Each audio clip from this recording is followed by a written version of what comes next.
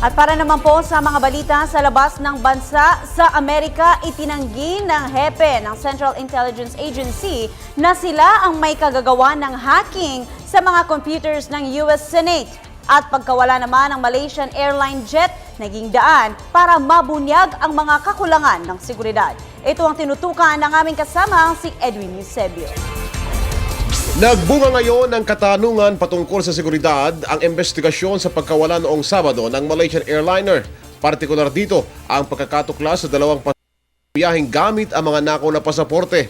Bagamat may database para sa mga pasaporte, hindi pa malinaw kung bakit hindi ito nasuri ng mga Malaysian officials. Nakatala sa mga Malaysian Airlines flight ang isang pasaporte ng Italianong si Luigi Maraldi, subalit hindi naman ito kabilang sa mga pasahero. Napag-alaman na ninakaw sa Italiano ang pasaporte nito 2 taon nang nakakalipas. Ang naturang impormasyon ay napabilang sa international database ng may 40 milyong mga ninakaw at nawawalang pasaporte na tinututukan ng Interpol. Subalit, hindi na-check ng database bago pa makalipad ang Malaysian jet.